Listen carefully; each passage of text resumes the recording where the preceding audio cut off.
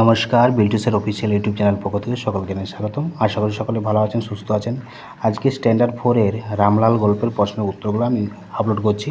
তো দেখুন প্রশ্নের উত্তরগুলো। শ্যামলাল একের ক, শ্যামলাল কী প্রকৃতির লোক ছিল? শ্যামলাল ঠিক শান্ত প্রকৃতির লোক বলা চলে না, সে লঘু অপরাধে গুরুদণ্ড করিত না। তারপর কী আছে, শ্যামলালের অবস্থা কেমন ছিল? শ্যামলালের অবস্থা সচ্ছল ছিল, এটা লিখতে পারো। বাকিটা আমি লিখেছি, পুকুর, বাগান, ধান জমি, দুদশ ঘর, বাগদি, প্রজা আর কিছু নগদ টাকাও ছিল, এটা লিখতে পারা যেতে পারে।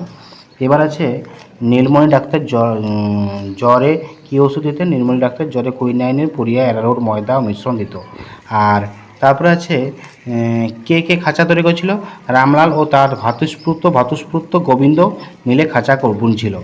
এবার আছে, নৃত্যকালী ফিরে এসে কী সংবাদ দিল? নৃত্যকালী ফিরে এসে বলিল, আজ তাকে ভিনগাঁয়ে যেতে হবে, সেখানে 4 টাকা ভিজিট আসতে পারবে না, 4 টাকা ভিজিট আসতে পারবে না।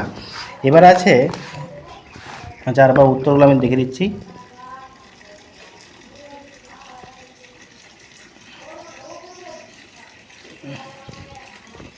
এবার আছে চয়ের দাগে কী আছে, যে ভয়ে ডাক্তার কী করেছিল? ভয়ে ভালো ওষুধ নিয়ে তার বৌদিকে দেখতে এসেছিল। তারপরে 2-এর দাগের কয়ের উত্তর লিখেছি, রামলালের বয়স কম ছিল কিন্তু দুষ্টু বুদ্ধি কম ছিল না, গ্রামের লোকে তাকে খুব ভয় করত। শ্যামলালের অবস্থা সচ্ছল ছিল, পুকুর, বাগান, ধান জমি, দুদশ বাগদি, প্রজা আর কিছু নগদ টাকা ছিল। ধান জমি এই 3-4টি গ্রামের মধ্যে একমাত্র খানিকটা পাস করা ডাক্তার নীলমণি সরকারে 1 টাকা ভিজিট 2 টাকায় চড়িয়া গেল। তারপরে এটা 2-এর দাগের ক গেল, খ গেল, গ গেল। 2-এর দাগের ক, খ এবং গ। এবার নেক্সট আছে 2-এর দাগের ঘ।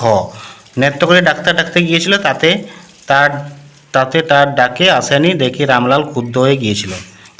এবার আছে, কলমের আমবাগান কুড়োলের এক ঘায়ে কাজ করবে এবং ওষুধের শিশিগুলো ভেঙে গুঁড়ো করে দিয়ে যাবে বলে ভয় দেখিয়েছিল। নারায়ণী ডাক্তারবাবু তৈরি ভালো ওষুধ খেয়ে সুস্থ হয়েছিল। এবার 3-এর দাগের ক আছে, উক্তিটির বক্তা হলেন শ্যামলাল। তিনি ডাক্তারবাবুকে 4 টাকা ভিজিয়ে দিতে চেয়েছিলেন, কারণ শ্যামলালের স্ত্রী খুব জ্বর এসেছিল, তাই নৃত্যকালী পাঠিয়েছিল ডাক্তার ডাকতে, কিন্তু ডাক্তারবাবু আসেনি, তাকে ভিনগাঁয়ে যেতে হবে বলে 4 টাকা ভিজিটে। এবারে ক্ষয়ের দাগে 3-এর দাগের খ আছে, নীলমণি ডাক্তার রামলালকে একথা বলেছিল, পচা ময়দা গুঁড়ো বলতে নষ্ট হয়ে যাওয়া আটা দিয়ে কুইনাইনে পুরিয়া বানানো। আগেকার দিনে কুইনাইন বেটে আরারুট আর ময়দা মাখিয়ে ছোট ছোট পুরিয়া করে রোগীদের খাওয়াতো। এখানে আছে, বক্তা হলেন রামলাল। নীলমণি ডাক্তারকে একথা বলেছিলেন, সে শিশি বোতল গুঁড়ো করে দিতে চায়, কারণ ডাক্তার নীলমণি যদি না আসে। এবারে তারপরে আছে, বক্তার এই আচরণ আমি সমর্থন করি না। শ্যামবাবু হলো শ্যামলাল রামলালের ভাই হতো, এটা রামলালের দাদা হতো। তাকে ডাক্তারবাবু একথা বলেছিল। ডাক্তারবাবু ধর্ম বলতে এখানে বোঝানো হয়েছে, তিনি একজন ডাক্তার, তার ভিজিট 2 টাকা, এই 2 টাকায় তিনি রোগী দেখেন। এখানে ধর্ম চিরদিনের, বক্তা বুঝিয়েছেন ডাক্তারের ভিজিট সম্পর্ক, সম্মান ও সব কিছু।